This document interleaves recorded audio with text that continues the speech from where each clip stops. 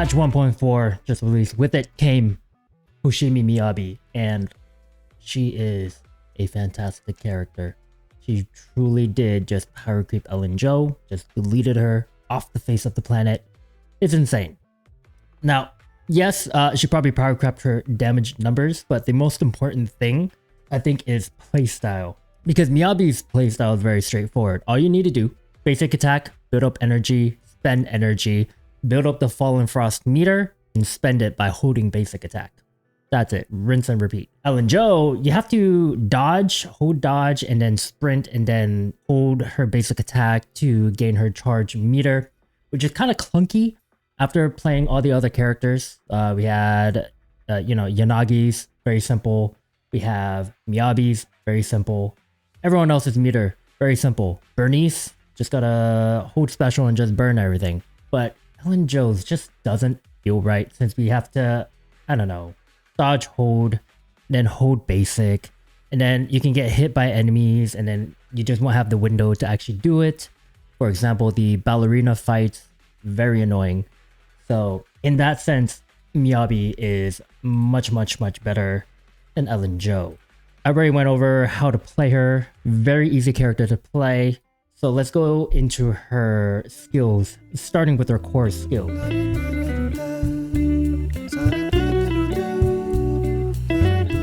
The core passive, Searing Cold, deals frost damage while applying ice fire to targets for 30 seconds. Whenever you build frost anomaly on a target with ice fire, it increases the frost anomaly buildup rate by 100% of the crit rate to a max of 80%, which is crazy. So we really want to focus on building crit rate and crit damage on Miyabi instead of anomaly proficiency.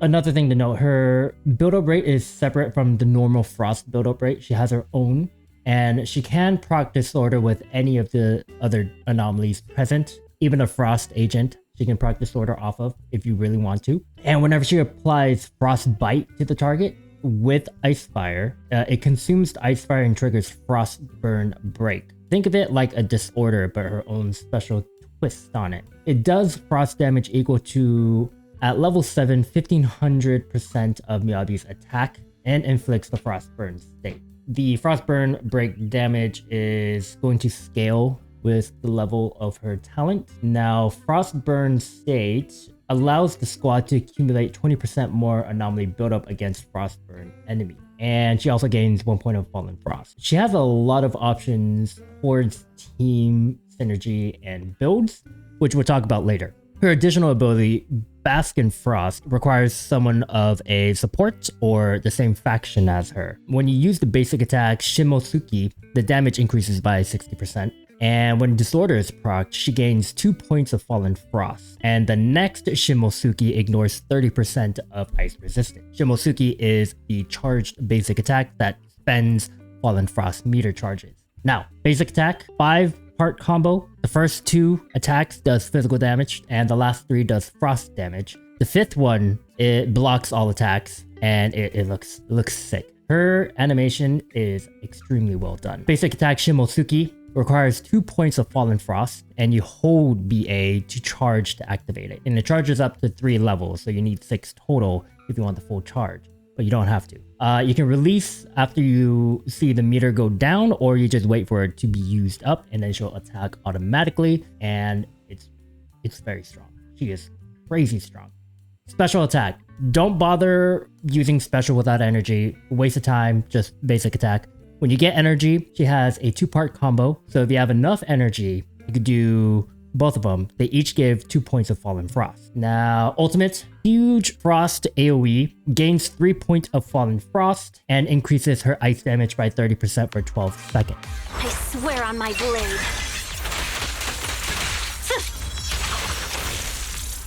Now, with the change to 1.4 with how ultimates work, everyone gets an ultimate now. So you will be using everyone's ultimate, which is good. It was a shame before that ultimate, you usually only had your main DPS use it, but now you can actually get the buffs from the supports, the defensive buffs, the stunning, everything.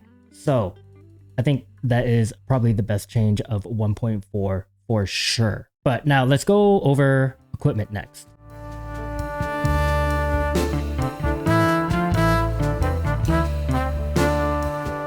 W engines. S rank. Hailstorm Shrine is Miyabi's signature engine, and it is the one that I highly recommend you grab for her. Of all the agents, I think she needs this W engine because with her core passive, increasing her Frost Anomaly buildup, scaling with her crit rate, we definitely want to aim for more gear that has more crit rate. As it stands, this engine is the only one in the Anomaly category that provides a crit rate main stat, unfortunately. So it is pretty imperative that we get this engine for her if you can. Plus, its effect of an unconditional crit damage boost, as well as the boost to her ice damage whenever anyone in her squad applies an anomaly, just makes this engine the best choice for her if you didn't want to pull for it. If you really can't get that, we can use other options like Fusion Compiler. It's the next best option if you definitely can't get her signature engine. And for A ranks, you can go with either Electro Lip Gloss, Rainforest Gourmet, or Weeping Gemini. Those three are fine.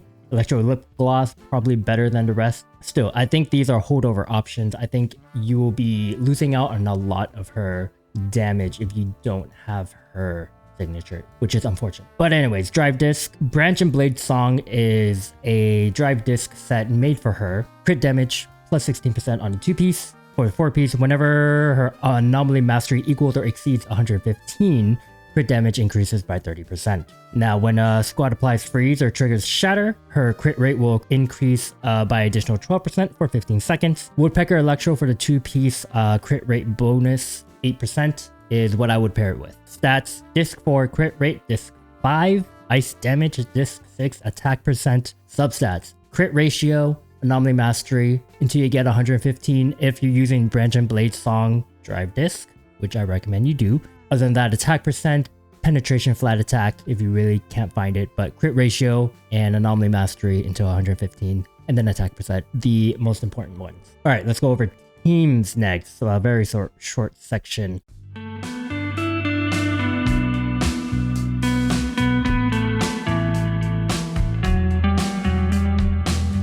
We have a Ice Hyper Carry team that we can do with Miyabi, Lycaon, Sokaku. Extremely free to play. We'll have Sokaku buffing Miyabi, and then Miyabi can unload everything in her kit during the stun window that Lycaon provides. If you have these specific characters, Miyabi, Lighter, and Bernice, it's a fantastic option because Bernice will be providing the off-field fire anomaly damage, allowing Miyabi to proc Disorder on top of her insane damage, as well as Lighter stunning the enemy to provide you with a perfect window to unleash all of Miyabi's hardest hitting attacks. Other than that, we have a quick swap team you can do with Miyabi and Yanagi and any other support or stun that you have. Now, this is a pretty crazy combination. You would start with your support or stun, then switch to Miyabi and burn through her resources, and then quick swap to Yanagi to also proc a ton more Disorder to restore Miyabi's fallen frost meter and let her recover energy in the meantime. This is a crazy hitting team if you do have access to both Yanagi and Miyabi.